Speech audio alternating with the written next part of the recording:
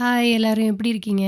இன்னைக்கு நம்ம கனடாலே ரொம்ப பாப்புலரான டிஸ்கவுண்ட் ஸ்டோர் டாலராமாக்கு தான் போறோம். இந்த கடை எப்படின்னா, நம்ம ஊர்ல எல்லாம் எத எடுத்தாலும் 10 அப்படின்னு ஒரு கான்செப்ட் இருக்கும்ல. அதே மாதிரி தான் இந்த கடையும். ஆனா இங்க எப்படின்னா எல்லாமே டாலர் ரேட்ல இருக்கும். சின்ன சின்ன ஹோம் ஐட்டம்ஸ் வாங்கணும்னா, வால்மார்ட் மாதிரியான பெரிய பெரிய கடைக்கு போகாம, இந்த மாதிரியான கடைக்கு வந்து குயிக்கா ஷாப் பண்ணிட்டு போயிரலாம். கிட்ஸுக்கெல்லாம் இந்த ஸ்டோர் ரொம்ப பிடிக்கும். ஏன்னா இங்க நெறைய டாய்ஸ் இருக்கு.